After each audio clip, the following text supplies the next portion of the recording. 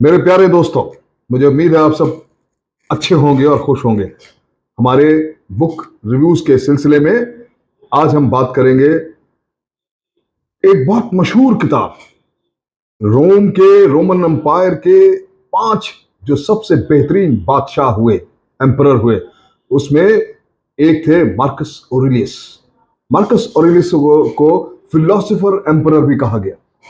और उनकी एक आदत थी कि वो रोज अपनी डायरीज लिखते थे। उनको नेचर से, कुदरत से बेहद प्यार था। और उनके मौत के बाद उन्होंने डायरीज में जो भी लिखा उसको मेडिटेशंस नाम की किताब की शक्ल में पब्लिश किया गया। वो दुनिया के जितने भी एम्परर्स हुए, बादशाह हुए, डिक्टेटर्स हुए या हुक्मरान हुए, वो सब तमाम लोग उस किताब को, मेडिटेशंस की किताब को एक अपने लिए रेफरेंस मैनुअल मांगते हैं कि हुकूमत कैसे की जाती है, आवाम को, जनता को खुश कैसे रखा जाता है, नेचर के नजदीक कैसे जाया जा सकता है और खुदा से क्या ताल्लुक होना चाहिए। मार्कस ऑरेलियस एक बादशाह के अलावा एक फिलॉसफी है जिसके वो बहुत ही जबरदस्त फॉलोअर थे। उस फिलॉसफी को कहा जाता है स्टोइक फिलॉसफी। अब ना, what is stoicism? Stoicism that, उनका कहना था कि ऐसा वो जो शख्स, लोग हम लोग कहते हैं ना अंग्रेजी में, he this guy has got a very stoic personality. इसका मतलब ये हुआ कि ऐसे इंसान की आप जितनी तारीफ करें या उसको उसको जितनी उसके उसके उसकी बेइज्जती करें, उसको इज्जत ना दें, मगर उसके रवैये में, उसके तासुर्स में, उसके एक्सप्रेशंस में और उसके डिसीजंस मेकिंग में कोई फर्क नहीं आता।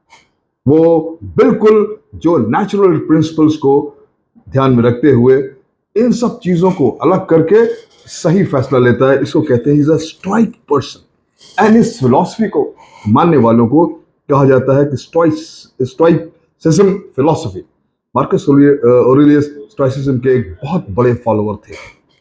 उन्होंने मेडिटेशंस में जो किताब है उसमें 6 चैप्टर्स हैं बेसिकली। एक चैप्टर उसमें उन्होंने आपका ताल्लुक, पहला रिलेशनशिप विद नेचर, दूसरा relationship with your family relations, your friends, wife, children, air, your relationship divine, खुदा से क्या ताल्लुक होना चाहिए, एंड डिसीजन मेकिंग। उनका यह कहना था इसमें तमाम चीजों में, जैसे उन्होंने बताया कि दुनिया में कोई भी चीज हमेशा के लिए नहीं होती, हर चीज तब्दील होती है। दुनिया में वो सबसे बड़ा बेवकूफ है जो इसलिए काम करे और या ऐसा ऐसा कुछ करना चाहे ताकि लोग उसको याद रखें, क्योंकि जो याद रखने वाले लोग हैं वो भी नहीं रहेंगे। तो ऐसा ऐसा कोई काम जो करने की कोशिश करना कि हम एक footprints of prints time, canvas of time में छोड़ जाए, ये ख्याल गलत है। उन्होंने एक मिसाल दी कि अपने जितने भी रिलेशनशिप्स हैं उसमें हमको ये ध्यान रखना चाहिए कि कभी भी किसी भी हालत में excessive display of love, excessive display of hatred बिल्कुल नहीं करना चाहिए। वो आपकी औलाद भी हो, और अगर आपने उनको बार बार रिव्यू किया और एक्सेसिव डिस्प्ले ऑफ डिसलाइकिंग किया तो वो आपके बरखिलाफ हो सकती है। मार्कस ऑरेलियस के साथ यही हुआ। रोमन एम्पायर की प्रथा थी कि वो कभी भी अपने खुद के बच्चे को एम्परर नहीं चुनते थे, बल्कि जो सबसे काबिल होता था उसको एम्परर चुना जाता था। उनकी एक सीनेट होती थी, रिपब्लिक। उस सीनेट में ये फैसला होता था who is the most eligible.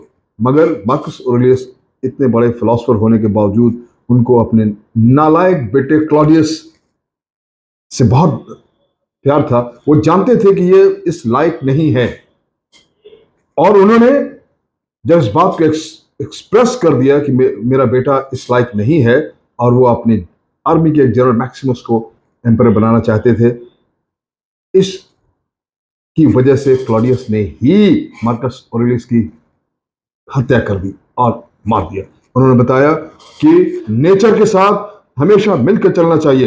एक शेर एक जंगल में रहता है मगर सबसे ताकतवर होता है, मगर he lives in a very noble वे।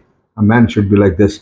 मैं आप सबसे कहता हूं मेडिटेशंस को पढ़ें और जिंदगी से, रिश्तों से, खुदा से, नेचर से और कैसे ताल्लुक बनाते हुए सही फैसले लें, बहुत अच्छा लगेगा और आप हमेशा कामयाब होंगे। Thank you very much.